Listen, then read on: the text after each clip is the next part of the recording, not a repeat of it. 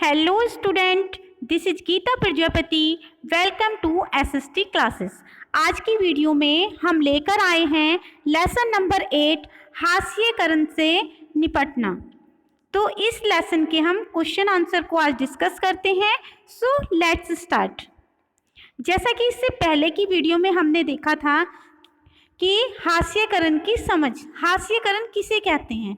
अब हमें यह तो समझ में आ गया कि हास्यकरण कहते किसे हैं।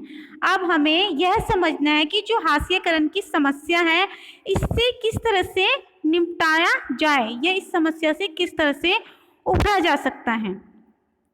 तो इसमें देखते हैं फर्स्ट क्वेश्चन को।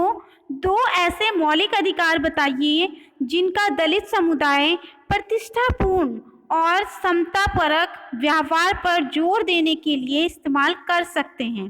इस सवाल का जवाब देने के लिए पृष्ठ 14 पर दिए गए मौलिक अधिकारों को हमें दोबारा से पढ़ना होगा। यानी कि आपकी बुक में पेज नंबर यहाँ पर 14 पर कुछ मौलिक अधिकार दिए हुए हैं, जो कि मैंने इससे काफ़ी पहले मौलिक अधिकारों के बारे में वीडियो बनाई थी। आप उसको भी जाकर देख सकते हैं।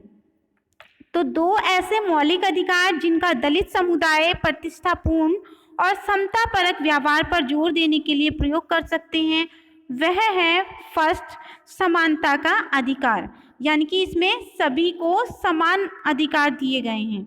और दूसरा है शोषण के विरुद्ध अधिकार, यदि कोई आपका शोषण करता है तो आप उसके विरुद्ध कार्यवाही कर सकते हैं।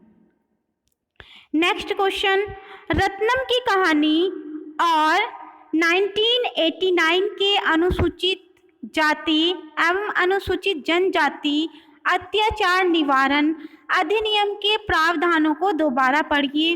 अब एक कारण बताइए कि रत्नम ने इसी कानून के तहत शिकायत दर्ज क्यों कराई।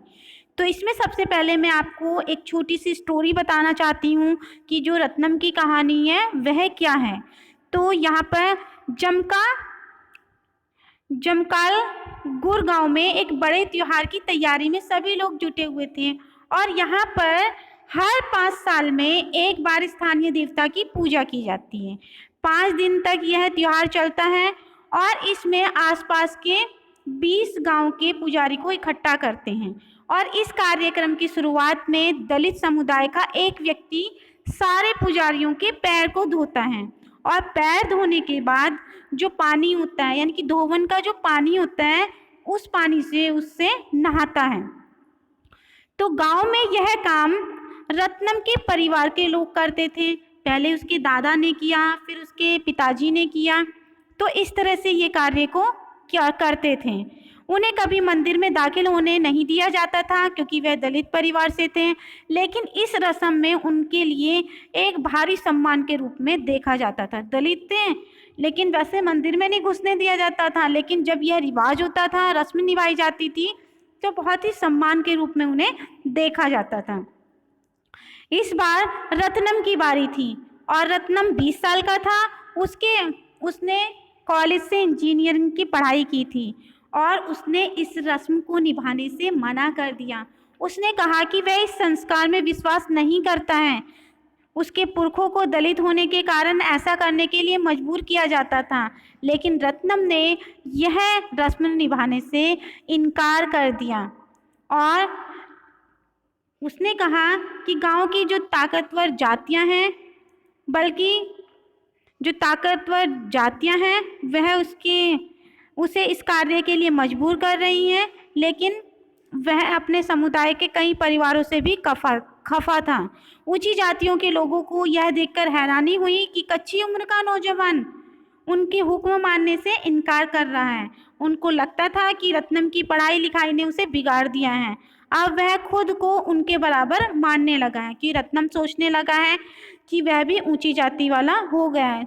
तो यहाँ पर जितने भी लोग थे वह सभी उससे गुस्सा हो गए थे। तो रत्नम की कहानी ये थी बच्चों। तो यहाँ पर एक कानून बनाया गया है अत्याचार निवारण सन 1989 जाति के ऊपर। तो देखते हैं इसमें कि उसे क्या कारण था कि उसे शिकायत दर्ज क्यों की। तो उसका कारण यही था, रत्नम को पुजारियों के पैर के धोवन से पानी से नहाने के लिए मजबूर किया जा रहा था।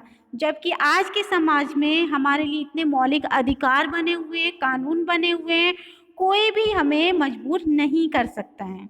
इस अधिनियम के अनुसार अनुसूचित जाति एवं अनुसूचित जनजाति के किसी भी व्यक्ति को कोई भी ऐसा कार्य करने के लिए मजबूर करना जो मानवीय प्रतिष्ठा के अनुरूप नहीं है, अपराध माना जाएगा।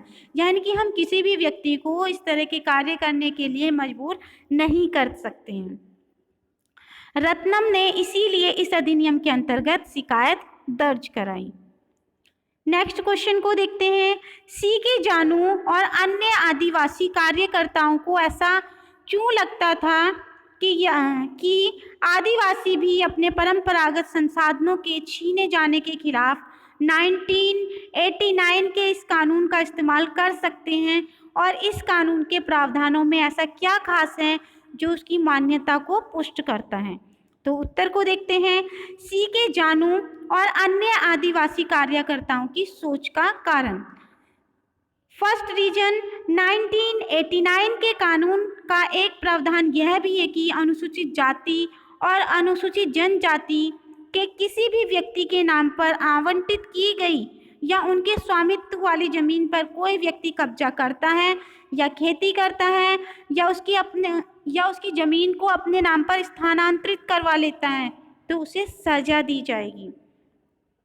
और सेकंड रीजन, इसी कारण सीके जानू और अन्य आदिवासी कार्यकर्ताओं को लगता है कि वे परंपरागत संसाधनों के छीने जाने के खिलाफ 1989 अधिनियम का प्रयोग कर सकते हैं, क्योंकि सबसे पहले यहाँ पर रत्नम ने कदम उठाया, तो अब यहाँ पे सीके जानू और अन्य आदिवासी कार्यकर्ताओं को भी यह सोचना पड़ रहा है कि इसके कारण ऐसा भी हो सकता है। सो स्टूडेंट, आज की वीडियो में इसमें आपके 3 क्वेश्चन है, इसको आप सुंदर हैंडराइटिंग में करेंगे। आई होप ये वीडियो आपके लिए और हेल्पफुल रही होगी। वीडियो पसंद आई है तो please like, share and subscribe my YouTube channel and thanks for watching.